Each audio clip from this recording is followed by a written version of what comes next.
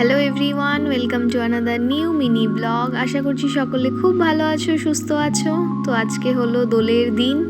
সকাল সকাল ঠাকুর প্রণাম করে শ্বশুর শাশুড়ির চরণে আবির দিয়ে শুরু করলাম আমাদের দোল খেলা। আমার সব ছোট ছোট ননদিনীরা চলে এসছে আমাকে আবির মাখাবে বলে। আর এই যে হলো আমার শ্বশুর মশাই। তো দেখো আমার গালে তো আবির যেন দিচ্ছে না, প্রলেপ লাগাচ্ছে। তো আমি এটার একটা ছোট্ট রিলস পোস্ট করেছি, তো যারা দেখোনি অবশ্যই ফেসবুকে দেখো। আর এই যে আমার ছোটো ছোটো ননদিনীরা তারা দাদাভাইকে মাখাবে মোটামুটি আবির, কিন্তু যেই শেষদা ওদেরকে মাখাতে যাচ্ছে ছোটো ছোটো পালাচ্ছে। আর এই হলো আমার ছোট আরেক দেওর, যে আমাকে খুব ভালোবাসে। আর এই হলো আমার ছোট কাকি শাশুড়ি, যে হলো কাকি শাশুড়ি কম, তার সাথে আমার বন্ধুত্বের সম্পর্কটা অনেক বেশি। আমাদের দুজনের মধ্যে একটা খুব সুন্দর বন্ডিং আছে। আর এই হলো আরেকটা কাকি শাশুড়ি, তার গালেও আবির দিয়ে দিলাম। আর এই যে দেখো আমাকে কি করছে, এই হলো আমার আরেক কাকা শ্বশুর, যে আমাকে সারাক্ষণ আমার পিছনে লেগেই থাকে। তো ওখান থেকে গেলাম দিদার বাড়িতে, দিদা মামিকে রং দিয়ে বেরিয়ে পড়লাম।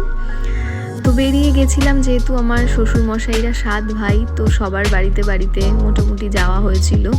সবাইকেই যেহেতু সবার পায়ে আবির দেবো করে, তো সবার বাড়ি বাড়ি ঘুরে বেরিয়ে পড়লাম আমাদের বন্ধুদের বাড়ি, যেই বন্ধুর বাড়িতে আজকে ঠিক করা হয়েছে ভাং খাওয়া হবে।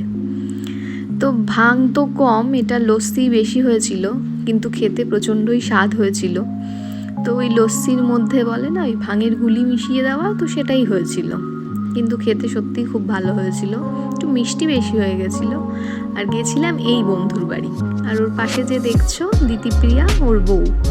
তো ওদের খুব রিসেন্ট বিয়ে হয়েছে ডিসেম্বরে, নিউলি মানে ম্যারিড কাপল।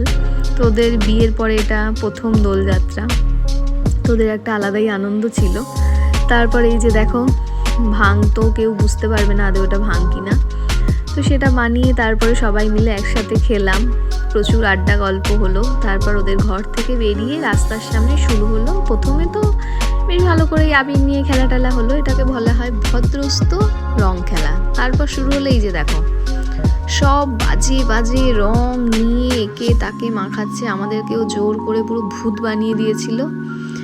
তারপর এই যে এক বন্ধু বাড়ি চলে যাচ্ছিল, ওকে পুরো জল দিয়ে স্নান করিয়ে দিয়েছে। তো সেখান থেকে চলে গেলাম আমাদের বাড়িতে। আমার মা বাবাকেও যেহেতু দেওয়া হয়নি রং, তো আমার বাবা মাকে দিয়ে ওখানে প্রণাম করে মিষ্টি খেয়ে চলে এলাম আবার বাড়িতে। বাড়িতে আমার এই 2 কাকি শাশুড়িকে বলেই গিয়েছিল ও, যে তোমরা কিন্তু স্নান করবে না, বেকার স্নান করলে আমি আবার সেই রং দিয়ে ভূত বানাবো। দেখো কেমন যেচে যেচে কীরমভাবে ওই বিচ্ছিরি কালো